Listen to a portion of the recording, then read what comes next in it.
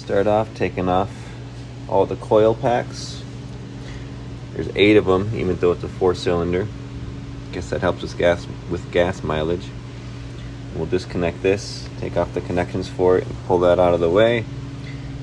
And then we should have access to all the valve cover bolts. Take that off, and we should be able to see all the valves where we will do our adjusting.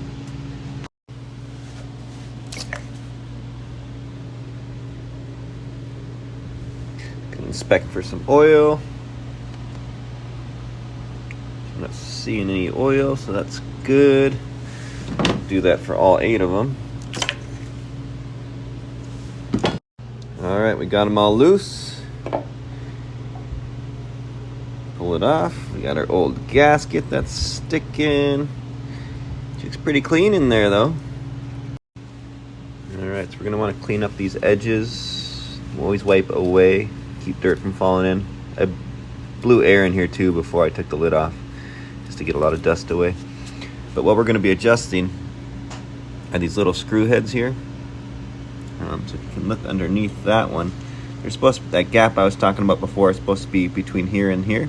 So we're going to have to turn the timing here. There's little marks. So right now you can see a 2 there. You want to go in order, so we'll turn it to 1.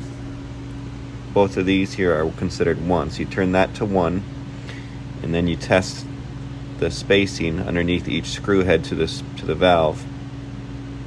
And you adjust, and then you turn this again to, the next one would be 3, and then 4, and then 2. I don't know what that 5 is. But all right, so the flywheel's there. If I go through that little hole, it should put me right on the nut to spin the timing. Let's give it a try. All right, now we turn this until that gets to, should say up, I think is number 1. See everything turning.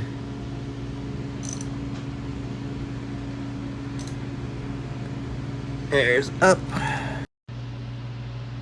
All right, intake is 0.17, exhaust is 0.26. I believe all of these sides are the intakes and all these sides are the exhaust. I'll double check to be sure.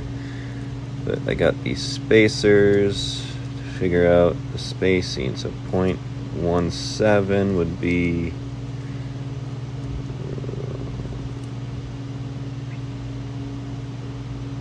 that's 0.17 plus or minus 2, so we'll do the 0.152, I guess. And then 0.26, we would do the 0.254. All right, I was wrong.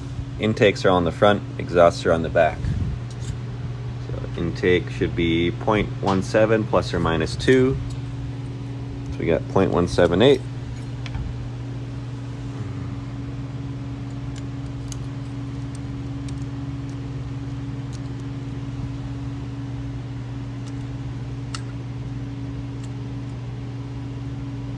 That one's actually pretty tight. Oop, you can't see what I'm doing. That one's actually pretty tight. I can't get it underneath. So I might loosen it and adjust it.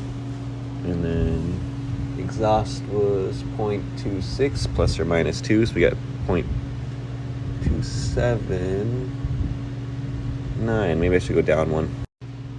All right, they're all adjusted. Got the new gasket in.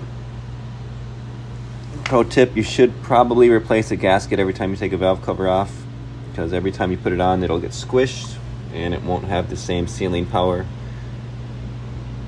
when you put it on again. They're cheap, but you don't have to, but just a pro tip. Another pro tip is on the timing cover here where the timing chain is, you should always put a little dab of glue where that crack is. There and there. Not glue, but gasket maker RTV sealant. Even though you have a gasket that's going to seal it all up, those can still leak sometimes. You can see there was glue there before that I cleaned off. So I'll put some more on there. If you're going to use gasket maker, get the right stuff. It says it's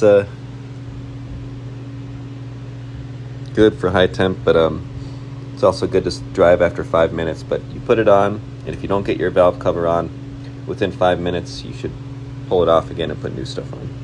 Kind of spendy, but I like it. I've used it before.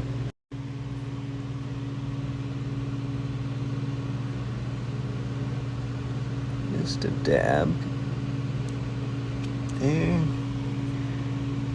Dab there. Alright, she's on.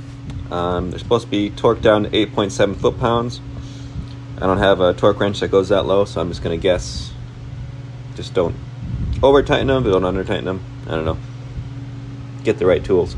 But anyways, we're going to go in a sequential order. 1, 2, 3, 4, 5, 6, 7, 8. We'll do it twice. So I already did it once. They're snug, and now I'm going to go back and tighten them all up and hopefully I'm to 8.7. Exactly. Alright, now we put the wires back on. Reconnect all our plugs and ground wires that we disconnected.